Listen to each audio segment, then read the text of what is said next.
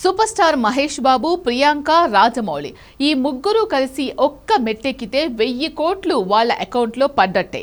అలాంటివి ఒకటి కాదు, రెండు కాదు, ఏకంగా 10 మెట్లెక్కేందుకు ఈ ముగ్గురు రెడీ అయిపోయారు. ఇంతకీ అంత కాస్ట్లీ మెట్లు ఎక్కడున్నాయి? ఎందుకు వాటిని ఎక్కితే వీళ్లకు 1000 కోట్లు దక్కుతాయి? అదే మ్యాజిక్. రాజమౌళికి మాత్రమే అర్థమైందా, లేదంటే తనే కనిపెట్టాడా? కాదంటే ఇందులో తనే ఎక్స్పర్టా? సింపుల్గా చెప్పాలంటే పాన్ ఇండియా సినిమా తీయడం ఎలానో తనకంటే సీనియర్లు కూడా నేర్పించాడు రాజమౌళి. ఇప్పుడు పాన్ వరల్డ్ మూవీని ఎలా తీయాలో, ఎలా సేల్ చేయాలో కూడా తనే సిలబస్ తయారు చేస్తున్నాడు.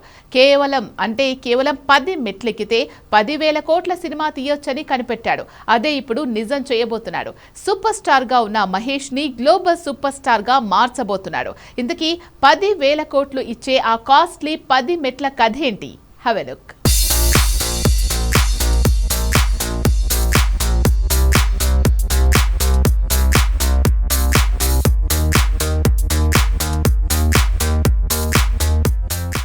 మొన్న మెక్సికో, ఇప్పుడు ప్యారిస్, ఎల్లుండి ఎక్కడ?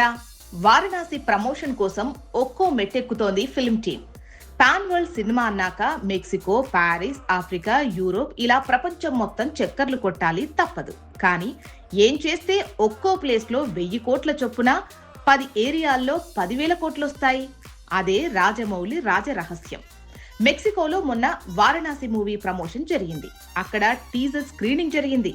ఒక్క ఫ్రేమ్ కూడా బయటకు లీక్ కాకుండా అక్కడి సినీ జనాలకు, డిస్ట్రిబ్యూటర్లకు టీజర్ ను టేస్ట్ చేయించారు. సో అక్కడ ఏమాత్రం డిస్ట్రిబ్యూటర్లు, లోకల్ ఆడియన్స్ కు ఈ మూవీ టీజర్ నచ్చినా మెల్లిమెల్లిగా మన సినిమా ఎక్కడో మొదలయ్యే ఛాన్స్ ఉంది. సో ఏప్రిల్లో రిలీజ్ అయ్యే నాటికి మెక్సికో, లాటిన్ అమెరికాలో వారణాసి మీద ఒక చిన్న బజ్ క్రియేట్ అవ్వచ్చు.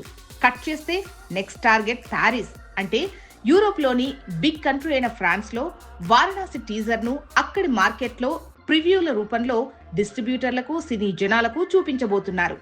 అదే జరిగితే మెల్లిగా జర్మనీ, స్పెయిన్ ఇలా యూరోప్ అంతా వారణాసి మీద లోకల్ మీడియాలో ప్రచారం పెరుగుతుంది. 1 year లో వారణాసి రీచ్ పెరిగే ఛాన్స్ ఉంది. ఇవన్నీ కాస్ట్లీ మెట్లు. మెక్సికో ప్రచారం వల్ల లాటిన్ అమెరికా దేశాల మార్కెట్ నుంచి 1000 కోట్లు, యూరోప్ లో వారణాసి ప్రమోషన్ల వల్ల అక్కడ కనీసం 2,000 కోట్లు, America, middle east, Africa, south Asia, అందులో కొరియా, ఇండోనేషియా ఇలా లెక్కేస్తే ప్రపంచంలో 10 ప్రత్యేక మార్కెట్లతో వారణాసి కనీసం 1000 కోట్ల చొప్పున రాబడితే 10,000 కోట్ల వసూళ్లు అసలు అసాధ్యమే కాదు. అందుకే రిలీజ్ కు ఏడాది ముందు నుంచే Mexico, Paris, New York, Seoul, Shanghai ఇలా ఒక్కో మెట్టెక్కుతోంది వారణాసి టీం. నిజానికి పాన్ ఇండియా సినిమా అంటే ఒకప్పుడు ఒక భాషలో తీసి 5-6 భాషల్లో రిలీజ్ చేయడం. రాజమౌళి కూడా ఇదే చేశాడు. కానీ మణిరత్నం అండ్ కో కంటే కూడా రాజమౌళికే పాన్ ఇండియా ట్రెండ్ సెట్టర్ గా పేరొచ్చింది. ఎందుకు అంటే కేవలం తను దేశవ్యాప్తంగా అన్ని భాషలో సినిమాను రిలీజ్ చేయడం కాదు, కేవలం అన్ని ప్రాంతాల్లో ప్రమోట్ చేయడమే కాదు, సినిమా సోసోగా ఆడినప్పటికీ పెట్టిన పెట్టుబడికి కనీసం 5 రెట్లు రాబడి వచ్చేలా పాన్ ఇండియా మార్కెట్ గల్లా పట్టుకున్నాడు. అది ఎలా సాధ్యమైందో తనకే తెలియాలి. అందుకే తనకి ఫెయిల్యూర్స్ లేవు కాబట్టే తనే పాన్ ఇండియా దారి చూపిన మార్గదర్శి అని మణిరత్నం కూడా అన్నాడు. సో ఇలానే పాన్ వరల్డ్ అంటే ప్రపంచ భాషల్లో మన సినిమాను రిలీజ్ చేయడం కాదు, అక్కడి జనం మన మూవీ కోసం ఎగబడేలా చేయాలి. అదే మార్కెటింగ్. అక్కడే ఒక్కో మెట్టెక్కుతున్న రాజమౌళి 10,000 కోట్ల కొట్లాటకు సిద్ధమయ్యాడు.